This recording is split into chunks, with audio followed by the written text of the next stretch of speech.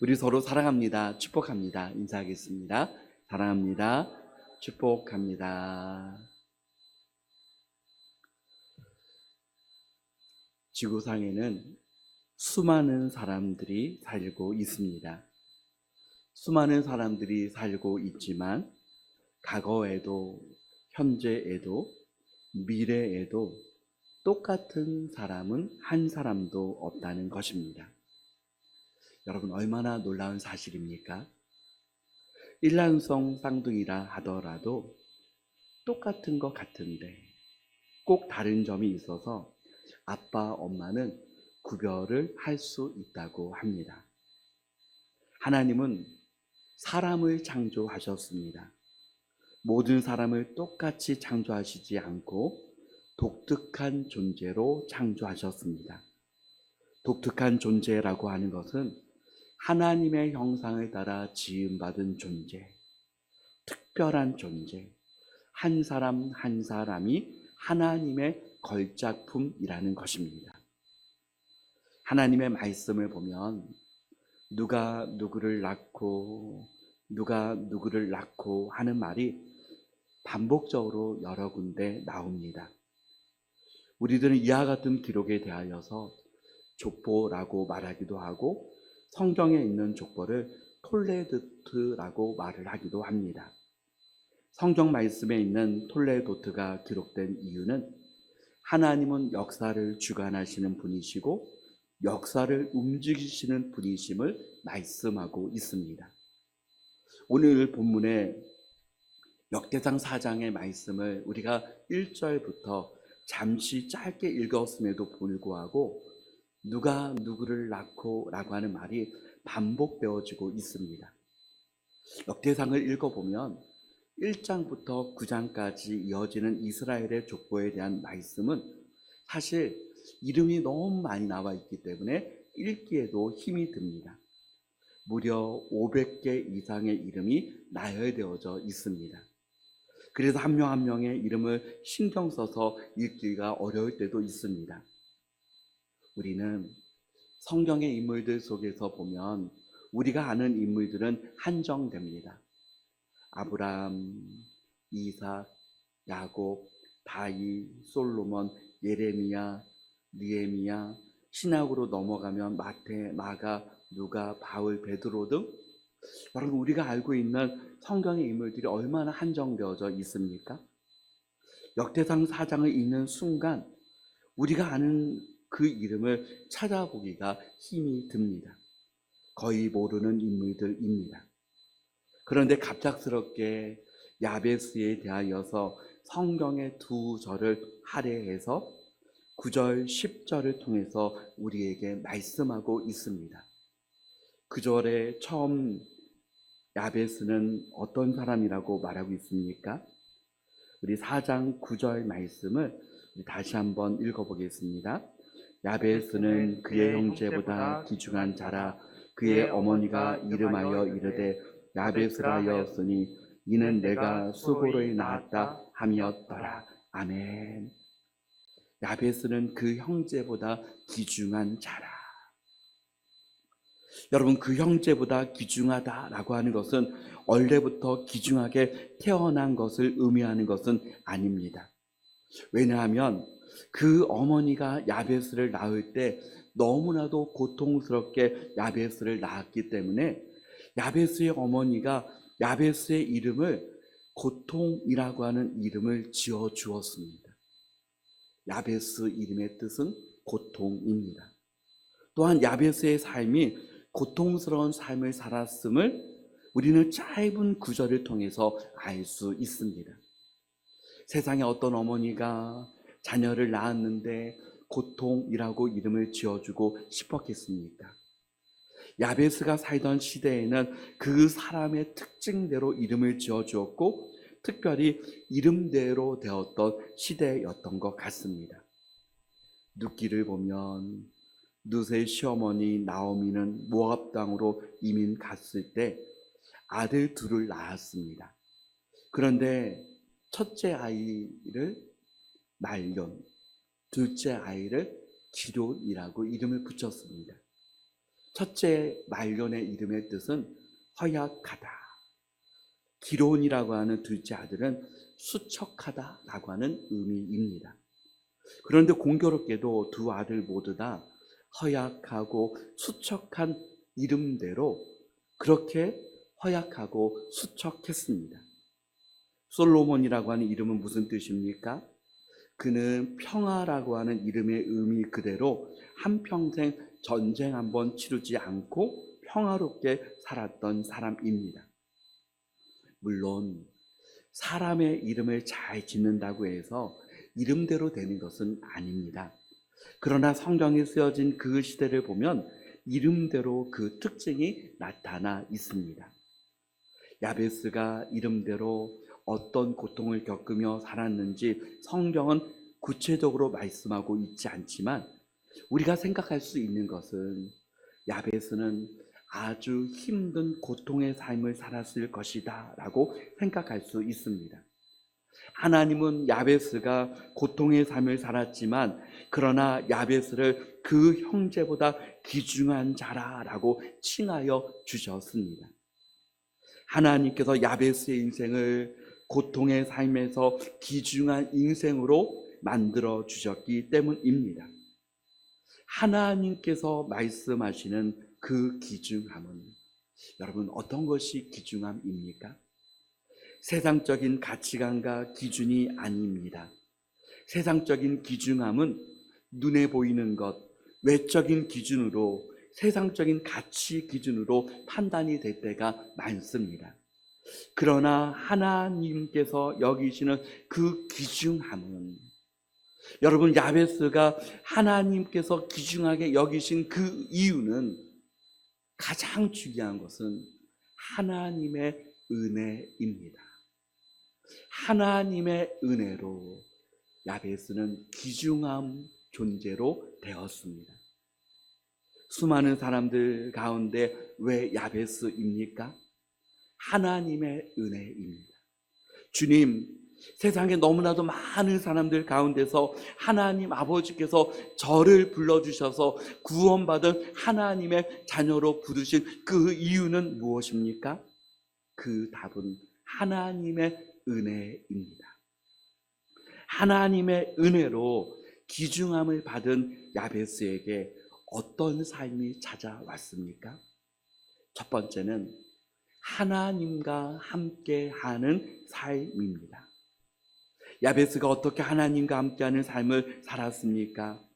야베스의 삶에 대해서 너무나도 짧은 구절 속에 다 어떻게 하나님과 함께 했는지 모르지만 하나님께서 함께 하셨음을 그 짧은 말씀을 통해서도 느끼게 되고 알게 됩니다.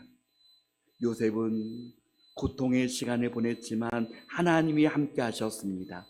창세기 39장 2절에 여호와께서 요셉과 함께 하심으로 그가 형통한 자가 되어 그의 주인 애굽 사람의 집에 있으니, 주님께서 함께 하심으로 그가 형통한 자가 되어, 다윗은 사랑하는 사람들에게 또 때로는 아들에게 쫓기는 그 강야에서의 시간을 보냈지만 시편 23편 4절 말씀에 내가 사망의 음침한 골짜기로 다닐지라도 해를 두려워하지 않을 것은 주께서 나와 함께 하심이라. 주의 지팡이와 막대기가 나를 안위하시나이다. 실제적으로 하나님은 다윗에게 함께 하셨고 약속해 주셨습니다. 사무엘 7장 9절 말씀을 보겠습니다. 사무엘하 7장 9절 우리 다 같이 읽어보겠습니다. 이제 정하건대 종의 집에 복을 주사 주 앞에 영원히 있게 하옵소서. 주 여호와께서 말씀하셨사오니 주의 종의 집이 영원히 복을 받게 하옵소서 하니라. 아멘. 제가 7장 9절을 또 읽어드리겠습니다. 내가 가는 모든 곳에서 내가 너와 함께 있어 내 모든 원수를 내 앞에서 멸하였은즉 땅에서 위대한 자들의 이름같이 내 이름을 위대하게 만들어 주리라. 여러분, 위대하게라고 하는 이 말은 다른 번역서에 보면은 존귀함입니다. 여러분, 존귀함은 무엇입니까? 오늘 역대하 4장 9절 10절 말씀에 보면 그 귀중함이 존귀함입니다. 그래서 다른 번역서에는 귀중함이 존귀함입니다. 그러므로 하나님께서는 다윗에게 너의 이름을 존귀하게 만들어 주리라, 귀중하게 만들어 주리라 라고 약속해 주셨습니다. 하나님이 함께 하심이 존귀함이요, 하나님의 함께 하심이 귀중함입니다. 모세는 애굽왕 바로왕 앞에 섰을 때 두려워할 수밖에 없었지만 주님의 음성이 들려집니다. 내가 너와 함께 함이니라. 여호사에게 말씀이 들려집니다. 내가 너와 함께 함이니라. 주님의 자녀들에게 주님은 말씀하셨습니다.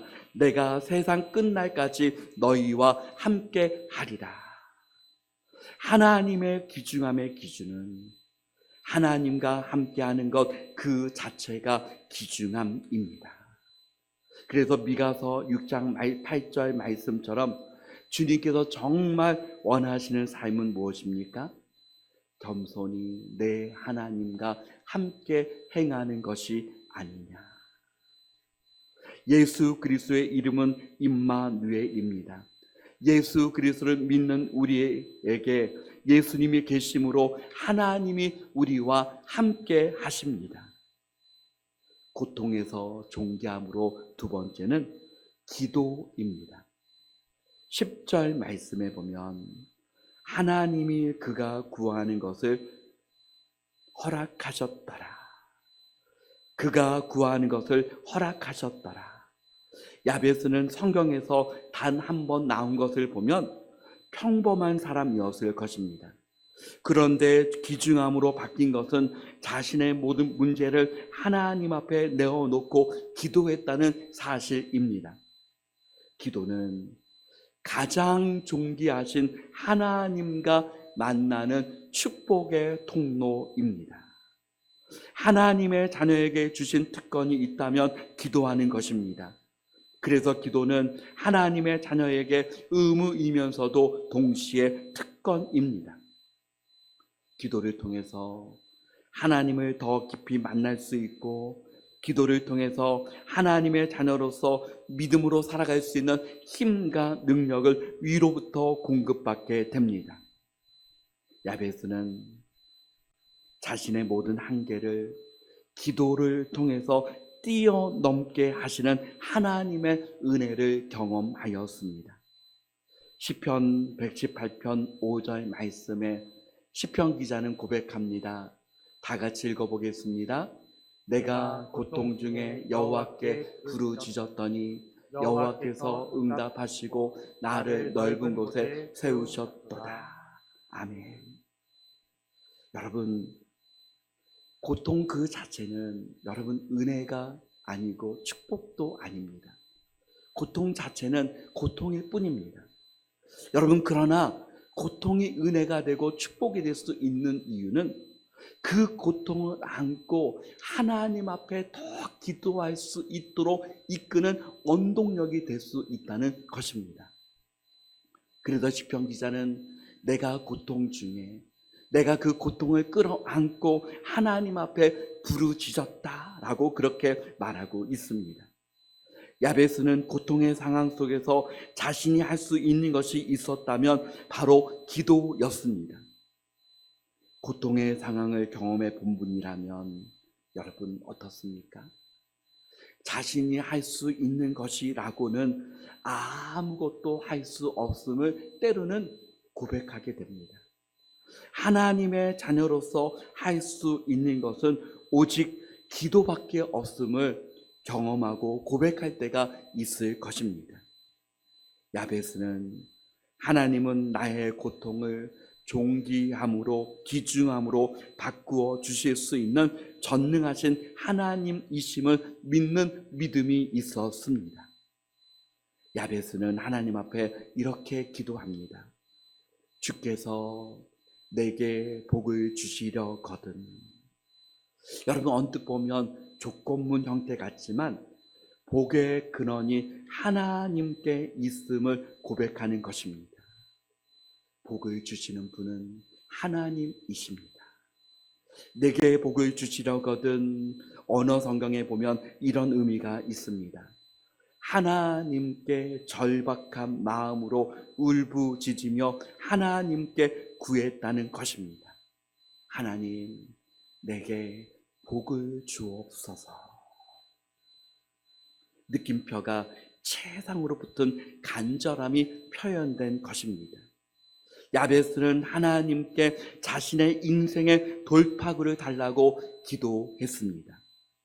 물론 복의 의미가 세속적인 의미가 아니라 성경적인 의미의 복이요, 하늘의 모든 신령한 복이요, 모든 것이 포함되어 있는 하나님께서 주시는 복일 것입니다. 지역을 넓히시고, 지역은 단지 땅의 개념이 아닙니다. 자신의 능력을 말할 수 있고 영향력이라고 말할 수 있습니다. 야베스는 고통의 현장에서 어떠한 그 지역을 넓힌다는 것에 있어서 자신의 능력의 한계가 지극히 적음을 순간순간 느꼈을 것입니다. 사람은 누구에게나 자기 자신이 머무는 한계가 있지 않습니까? 말을 할 때도 사실 우리가 알고 있는 단어는 너무나 많이 알고 있음에도 불구하고 정말 쓰는 그 단어는 삶 속에서 얼마 안 되는 것을 봅니다. 기도할 때도 내가 기도하는 제목들이 때로는 그 이상 넘어가지 못하고 어느 선에 머물러 있음을 우리는 순간순간 느끼게 됩니다. 어떠한 일에 있어서도 그 한계를 뛰어넘는 것이 얼마나 힘들다는 것을 우리는 너무나도 잘 압니다. 저도 순간순간 목회 사역을 감당하면서 하나님 앞에 나의 한계를 고백하며 기도합니다. 주님, 나의 지경을 넓혀 주옵소서. 야베스는 지역이 넓어지게 하옵소서 기도했던 것은 사람이 아무리 지역이 넓어지게 하려고 힘써 노력을 하지만 한계가 분명히 있음을 고백하는 것입니다. 그러나 하나님께서 지역을 넓혀 주시면 얼마든지 지역이 넓어지게 된다는 것을 야베스는 알았습니다. 하나님이 어떤 분이신지를 알았습니다. 지역이 넓어지게 하옵소서. 주님, 나의 믿음의 지경이 넓어지게 하옵소서. 나의 기도의 지역이 넓어지게 하옵소서. 나의 생각하는 지역이 넓어지게 하옵소서. 나의 삶의 모든 부분의 지역이 넓어지게 하옵소서. 기도할 때 나의 한계를 뛰어넘게 하시는 하나님의 은혜를 경험하게 되어지는 우리 모든 성도님들 되시기를 축복합니다. 주의 손으로 나를 도우다. 시편 기자는 이렇게 고백합니다. 시편 118편 7절 상반절 말씀에 여호와께서 내 편이 되사 나를 돕는 자들 중에 계시니, 하나님은 나를 돕는 자들 중에 계신다라고 말씀합니다. 야베스는 알았습니다. 내 곁에 사람들이 나를 도와주어야 하고 만남의 복이 있어야 하고 너무나도 많은 사람들의 손길이 내 곁에 있다는 것을 압니다. 그러나 그 모든 손길 가운데서도 하나님의 도우시는 손길이 있음을 고백하는 것입니다. 하나님이 도와주시지 않으면 할 수 없음을 고백하는 것입니다. 야곱은 기도합니다. 창세기 49장 25절 말씀에 우리 다 같이 한번 읽어보겠습니다. 내 아버지의 하나님께로 말미암나니 그가 너를 도우실 것이요 전능자로 말미암나니 그가 내게 복을 주실 것이라.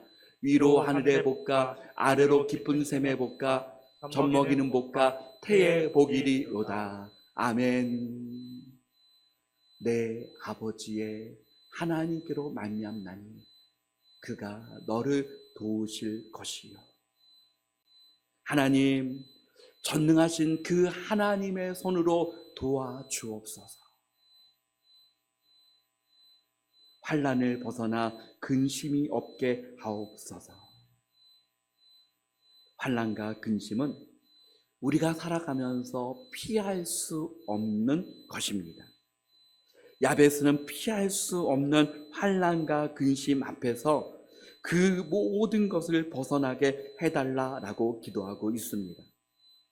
하나님의 손으로 환난을 벗어나 근심이 없는 것은 주님께서 도와주시고 함께 하심을 강력하게 경험하면 환난과 근심과 염려를 이길 수 있도록 하나님께서 이끌어 주신다는 것을 믿었습니다.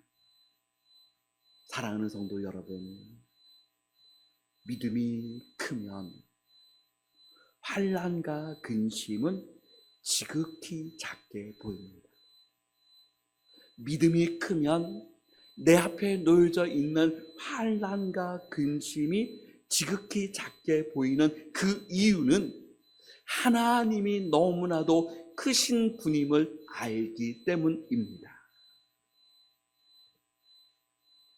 죄로 말미암아 타락한 인간의 정체성 가운데 하나는 인간의 정체성, 타락한 인간의 그 정체성 그 중에 하나가 고통입니다. 그러나 하나님께서는 무엇보다 예수 그리스도를 믿는 믿음을 통하여서 주시는 하나님의 형상으로의 회복과 하나님의 자녀로서의 그 귀중함의 정체성을 주셨습니다. 고통에서 귀중함이라고 하는 그 정체성, 바로 하나님의 자녀들 한 분 한 분에게 저와 여러분의 인생의 정체성이 바로 하나님께서 주시는 그 귀중함인 줄 믿으시기를 축복합니다. 그러므로 하나님은 하나님의 자녀들에게 기도라고 하는 선물을 주셨습니다. 야베스처럼 나의 인생의 모든 고통을 안고 그 문제를 안고 하나님 앞에 나아가 하나님의 은혜를 구하는 가운데 로마서 8장 32절 다 같이 읽어보겠습니다. 자기 아들을 아끼지 아니하시고 우리 모든 사람을 위하여 내주신 이가 어찌 그 아들과 함께 모든 것을 우리에게 주시지 아니하겠느냐. 아멘. 그 아들과 함께 모든 것을 주시지 아니하겠느냐. 이 은혜를 누리시길 축복합니다. 하나님은 야베스의 기도를 들으시고 하나님께서 응답하셨습니다. 하나님께서 그가 구하는 것을 허락하셨더라라고 말씀합니다. 야베스의 기도를 들어주신 하나님은 분명 저와 여러분의 그 기도를 들으시는 하나님이신 줄 믿습니다. 그가 구하는 것을 허락하셨더라. 이 은혜를 누리는 저와 우리 모든 성도님들 다 되시길 예수 그리스도의 이름으로 축복합니다. 아멘.